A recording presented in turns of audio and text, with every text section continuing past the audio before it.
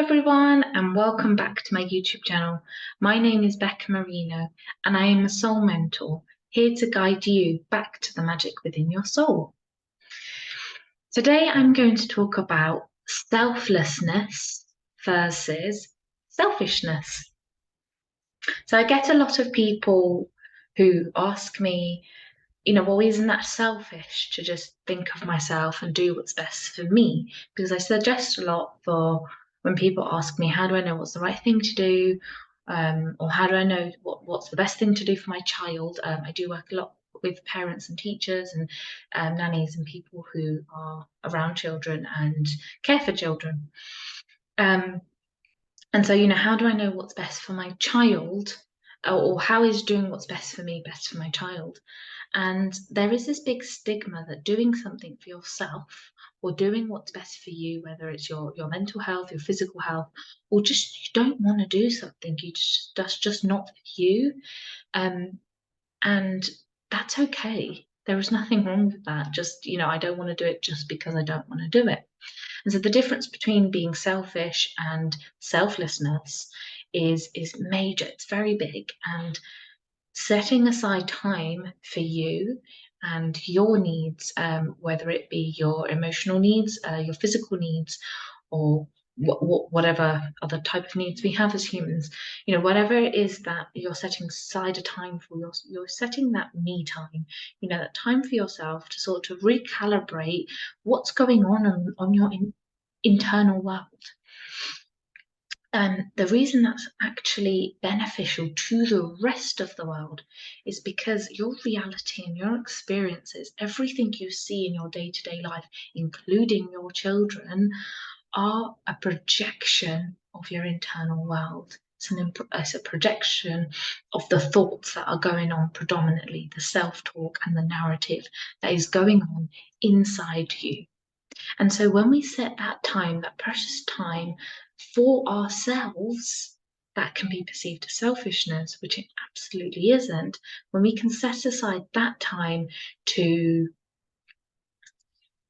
sort of water ourselves like we would a plant, like to nurture ourselves from the inside out, to really question those negative thoughts, to question the uncomfortable feelings that are happening inside, to question where are they coming from, what is the truth of all of this, and what is the truth of me, who am I on a deeper level, at my core, who am I, and setting aside that time in whatever way possible, in whatever format, whether it is just imagining it in your own mind, writing it down, whatever way works for you, do that, because you will see that not only will you benefit, but your children and the rest of the world will benefit.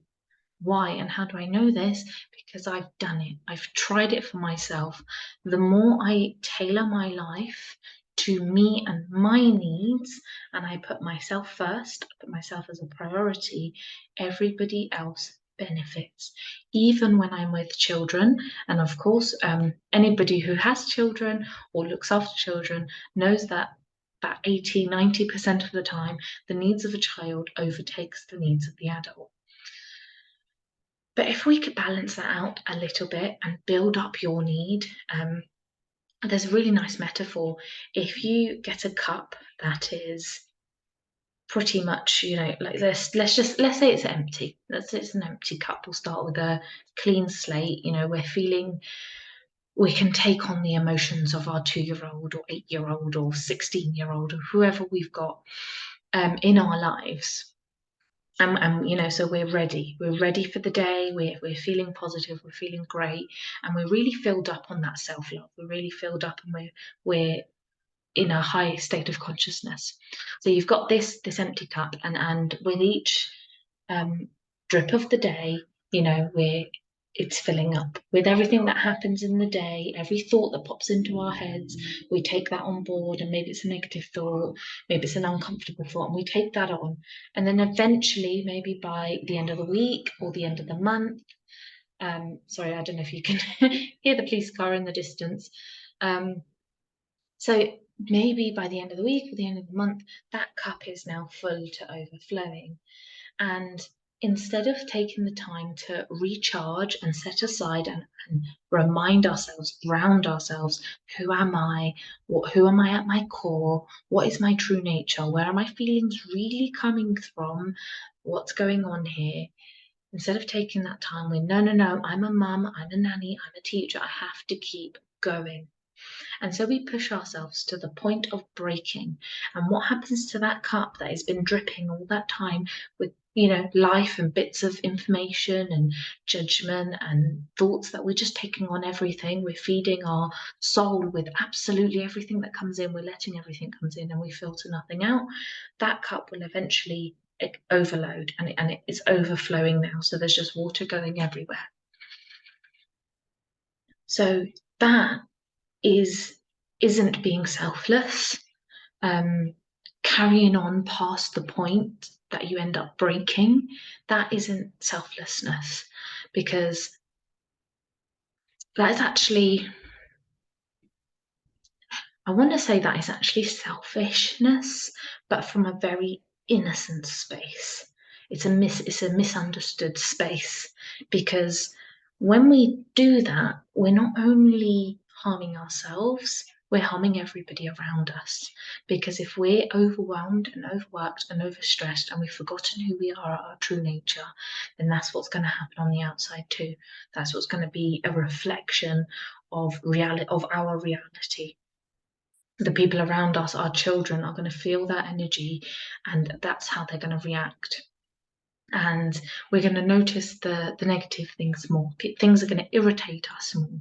And so we're going to be stuck in this whirlwind of being overwhelmed, being stressed, and being completely burnt out.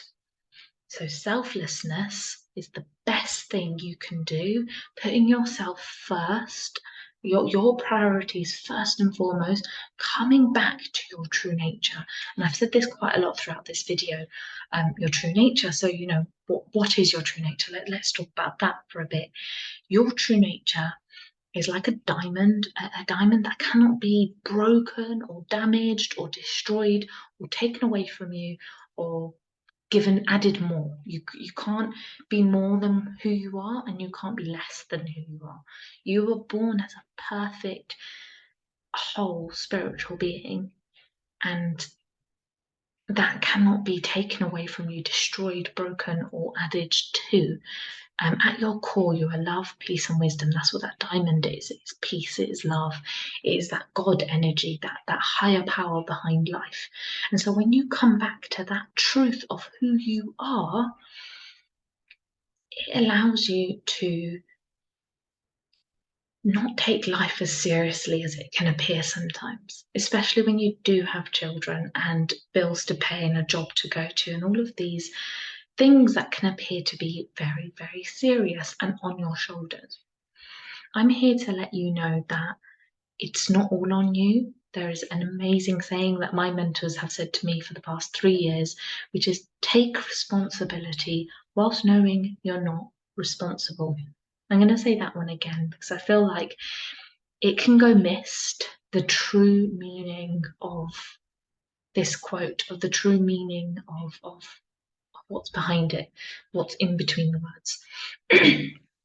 Take responsibility whilst absolutely knowing you are not responsible. And so an example of that would be, taking responsibility for your kids is making sure they're up and dressed and fed and they go to school on time, or, if they're babies, then taking them to a play group or playing with them at home, whatever feels right for you in the moment. There is no wrong way of raising your child, as long as it's with love and patience, as well as love and patience for yourself. So whatever, that's the responsibility. Whether they cry or have tantrums or feel scared or feel anxious or feel stressed or don't eat their lunch or don't eat their breakfast or throw stuff everywhere, that's beyond your responsibility. That's beyond your control. That's just them being children. Now, I'm not saying, let your child rule the roost, let them do what they want and throw their food everywhere. I'm absolutely not saying that either. It's just taking the pressure off a bit.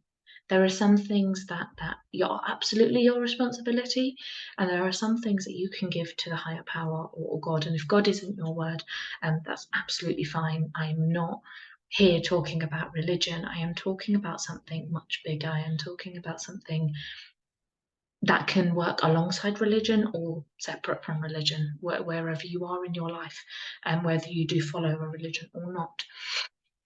So, but I do use the word God a lot, so feel free to replace it with higher power, energy, source, the universal mind, the universal energy, or even science. Science backs up a lot of everything I talk about. I don't have any quotes, but I know that the whole essence of the Big Bang and how the universe was created, there is a real magic in that.